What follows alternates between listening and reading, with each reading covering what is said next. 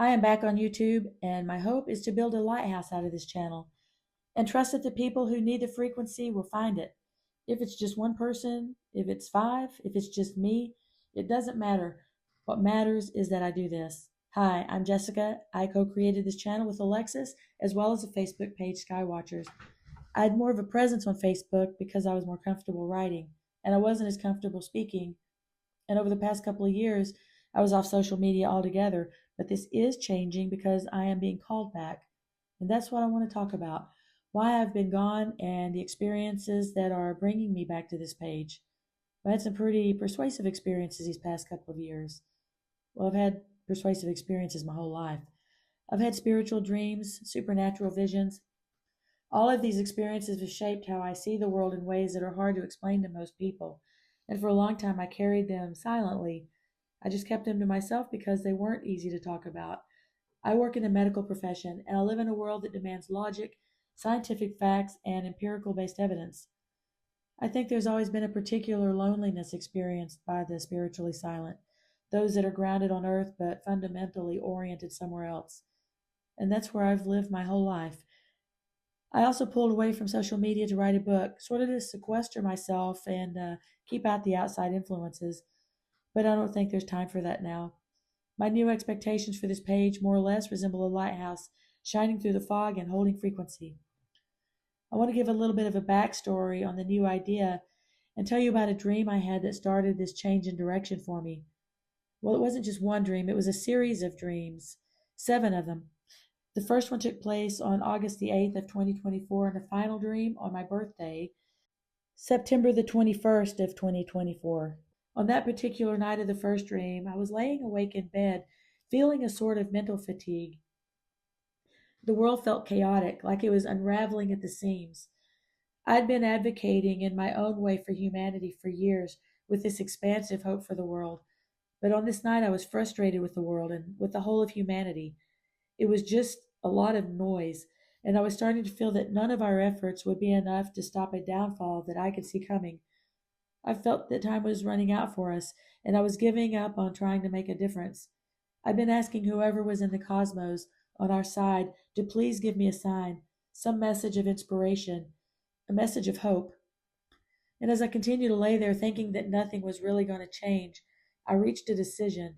I told myself that I would just step back and watch it all fall apart. I was just frustrated and thinking that the falling apart was what needed to happen.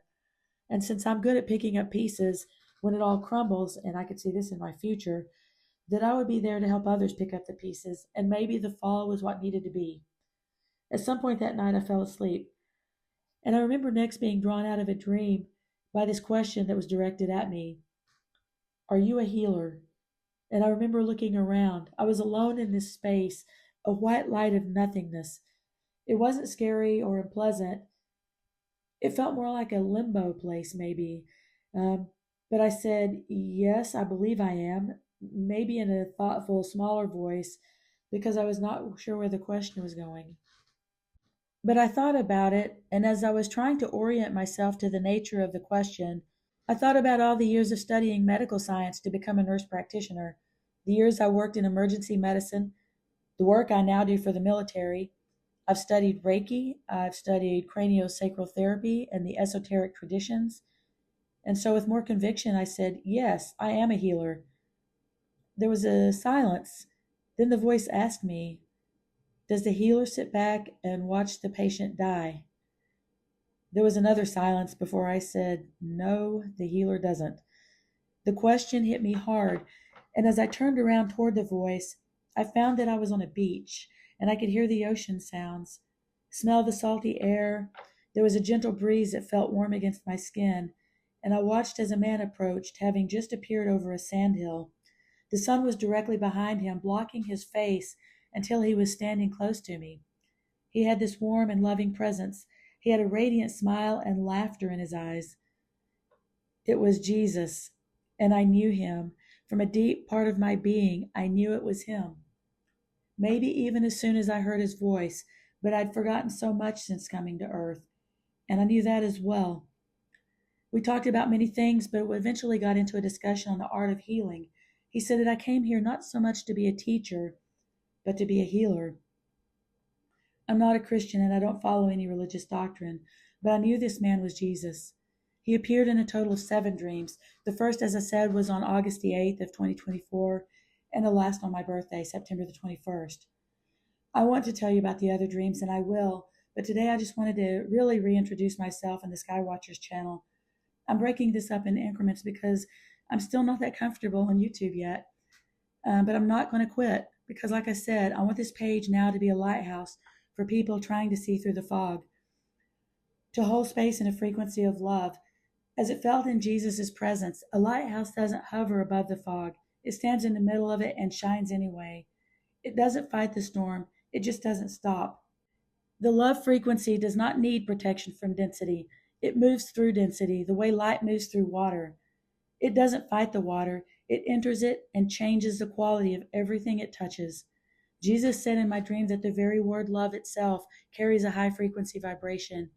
It isn't just a feeling or an emotion, it is a frequency of healing. It is a frequency of Christ consciousness. Even his name carries a high vibration frequency. He said that whatever you learned his name to be, whether it is Jesus, Christ, Yeshua, Emmanuel, they all carry the higher vibration. He also said that the time is now, which to me felt like an indication of these times. And maybe that's why I felt that time was running out and I didn't have time to write my book. But I will leave you with this and cut this short. And I'm also struggling a little bit to speak. I'm around people every day that come from all parts of the world. And I acquired a respiratory infection about a month ago, which makes me believe that the resistance to this spiritual battle is real.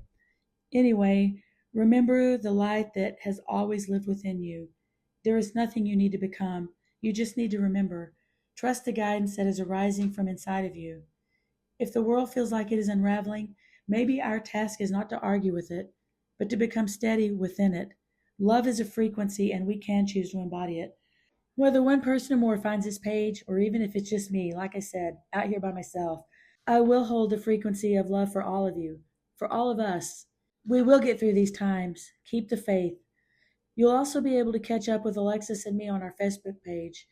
I may have a little bit more of a presence because Alexis is wrapping up her degree in clinical psychology, but I will be posting there soon as well. In the meantime, take care of each other and in love and light. This is Jessica.